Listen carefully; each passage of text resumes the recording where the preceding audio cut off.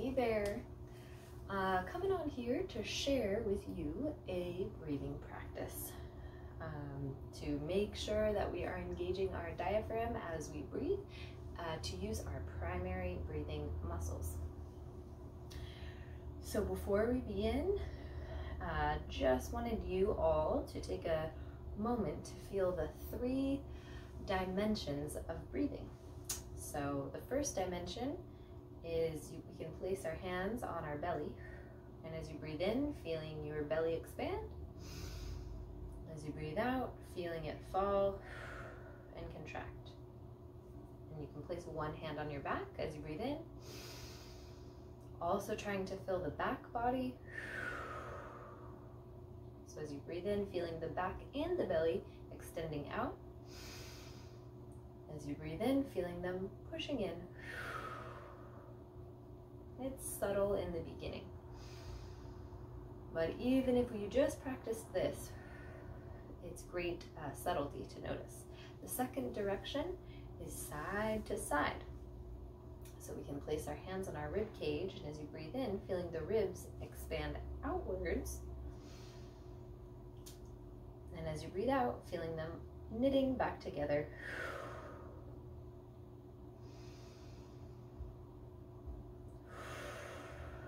Maybe noticing if you feel one rib is expanding more than the other, seeing if you can balance equal sides with your breath.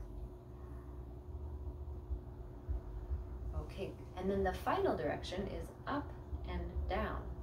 So to do this, we're going to breathe into our belly and our chests.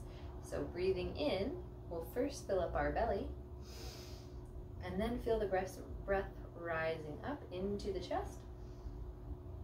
And then as you exhale, you can feel the chest fall and the belly fall. So the breath is moving downward on the exhale. As you breathe in, belly rises, and then the chest. And then as you exhale, the chest will fall and the belly will fall. So that's up and down breathing.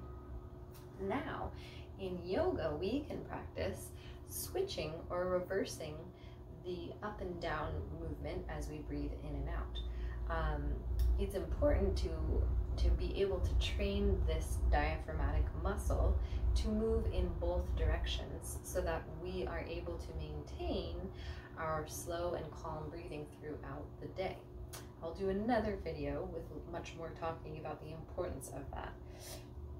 So to reverse that, we're gonna do 2 breaths in and out, but the breath is going to be rising up in both inhale and exhale. So emptying the breath completely out of the body. As you inhale, we'll start in the belly,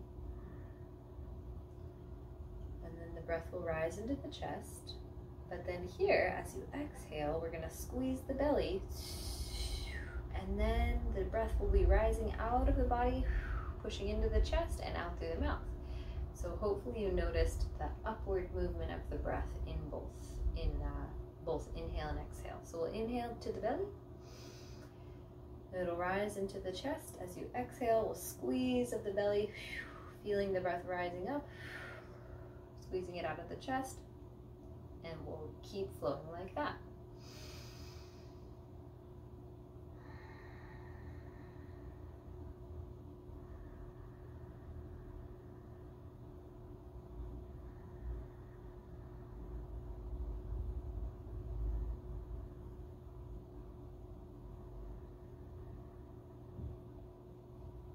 So as you tune into that breathing, you might notice that the hands are going back and forth from each other, and that is a good thing.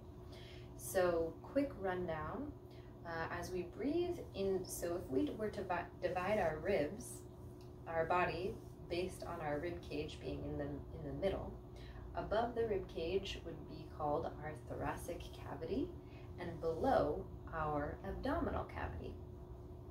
So as air is being pushed in, quick note, something that just really amazes me is that when we breathe, there's a misconception that we think that we are sucking the air into our body. But in reality, reality, there's atmospheric pressure all around us at all times, and that is the force that pushes it into our bodies.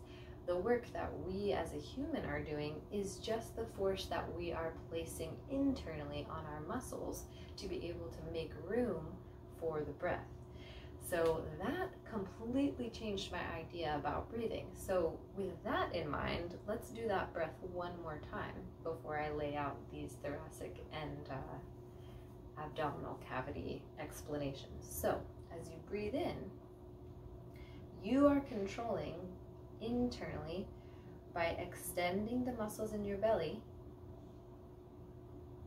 imagining that the atmospheric pressure is pushing that air into your body, and that's what's expanding as well. And then it's up to you to squeeze the belly to release the air. So as you inhale, opening up the belly to make space for the pressure to push oxygen into the body. And once it can't fill up in the belly anymore, it will rise up into the chest. And then we use the force to squeeze it out through the belly and then through the chest.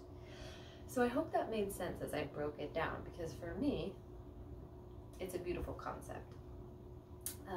So lastly, as you're practicing your breathing, we're paying attention to this lower cavity, our abdomen, our abdominal cavity, and our thoracic cavity, which is above. Diaphragm lives in the middle. As we inhale, it extends, and exhale, well, it depends on how we're utilizing, but essentially it has a movement like this. That is how we want to be practicing breathing. If you start to notice that a lot of your breathing is shallow, you're using the muscles of the neck, you might start to experience jaw ache or headaches or tension in the shoulders. First place to check is, how are you sitting in your posture and how are you breathing? So always coming back to that breath that we did in the beginning, this diaphragmatic breathing. All right, hope that was helpful. Keep practicing your breathing, and I'll see you again soon.